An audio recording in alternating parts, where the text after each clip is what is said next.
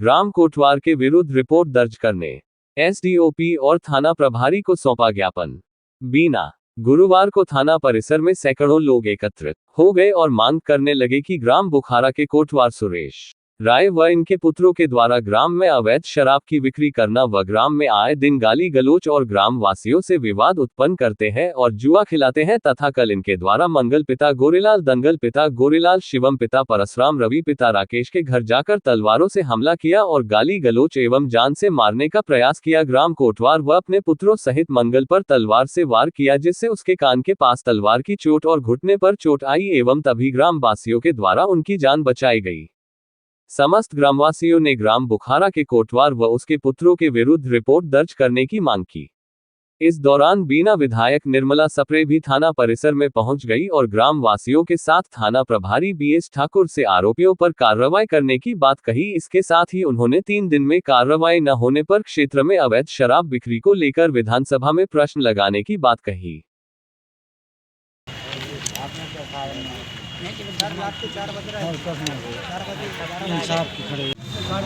क्या घटना है, क्या है सर? मारा पीटी की इन लोगों ने घर में घुस के हमारे मेरे छोटे भाई को घर में से निकाल के बाहर ले, हम लोग सो रहे थे अंदर।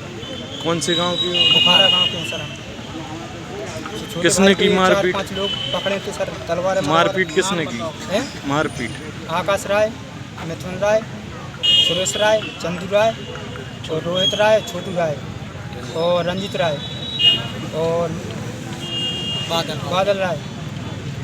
इन लोगों ने सर मारा बाहर में उनके घर से लेट से भी थे सर, चोट के निशान बताए। तो आप लोग यहाँ पे क्या सर, क्या चाहते हैं आप? सर लेना चाहते हैं सर, हमारे ऊपर कार्रवाई की, उनके ऊपर भी होगी कार्रवाई। चौकीदार भी सर हटाना है हम लोग को सर। ऐसा है सर, दारू 3-3 घर दारू बेच रहे हैं, 3-3 4 का दारू बेच रहे हैं, खुद ही बेच रहे हैं। कोई पुलिस वाला जाता है तो उनकी कमीशन लेके आ जाता है, उनको कुछ नहीं बोलता है।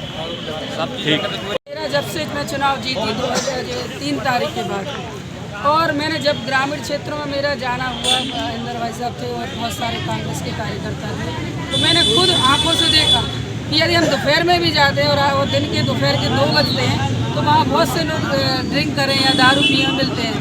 तो मैंने कई बार बोला कि मैंने हो सकता है उसका आज ही वो या कोई पार्टी कर ली हो, लेकिन गांव वालों ने कहा कि ये माहौल तो आपको पूरे गांव में मिलेगा।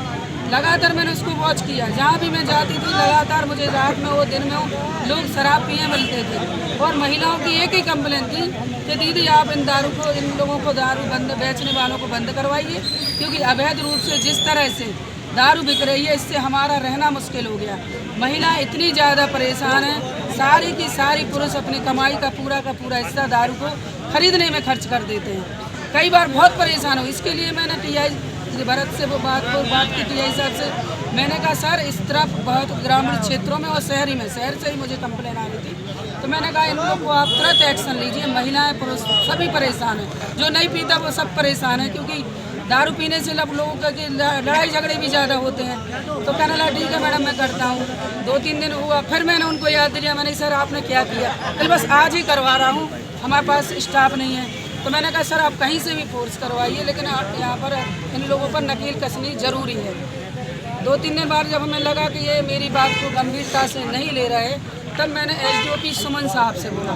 मैंने कहा मैंने टीआई साहब से बोला, लेकिन हमें नहीं लग रहा कि वो इसमें रुचि दिखा रहे हैं, आप करिए। नहीं मैडम मैं कहता हूँ आप करा, मैं इस बार करवाऊँगा।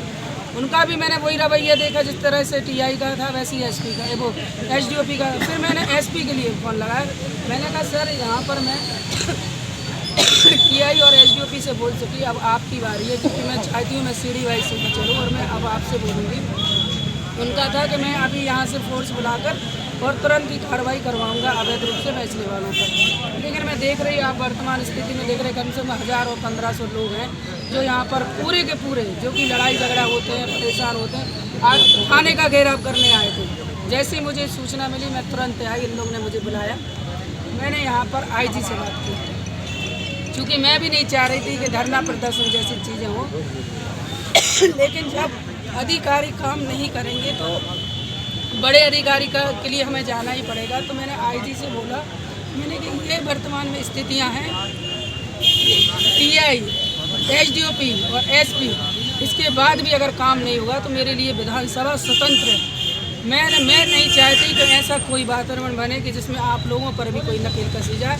उनका एक ही था कि मैडम अब तक हो गया, मैं आश्वासन देता हूँ शीघ्र ही अवैध रूप से बेचने वालों पर कार्रवाई होगी और पूरे बीना विधानसभा के ग्रामीण और शहरी अंचलों में दारू बंद होगी। ये उन्होंने मुझे आश्वासन दिया। इसको लेकर मैंने यहाँ के लोगों से बोला जो बुखारा गांव से और भी आजू बाजू लोग गांव के लोग हैं, तो मैंने कहा आज घेराव मत करो, क्योंकि हमें भी अपने लोगों से अधिकारी ने जब अपन से बोल दिया तो 2-3 दिन हम देख लेते हैं। यदि हमारा 2-3 दिन का इन लोग के लिए समय भी दे रहा है, मैं आप लोगों के चैनल के माध्यम से बताना चाहती हूँ, यदि 2-3 दिन में बीना विधानसभा के शहरी और ग्रामीण क्षेत्रों में यदि अवैध शराब की बिक्री नहीं बंद होती है तो निर्मला सप्रेस को विधानसभा में ये क्वेश्चन उठाएगी। इसके लिए किसी भी जिम्मेदार जो भी अधिकारी है, यदि वो इस चीज़ को सपोर्ट कर रहे हैं, उन पर भी नकेल कसी जाएगी।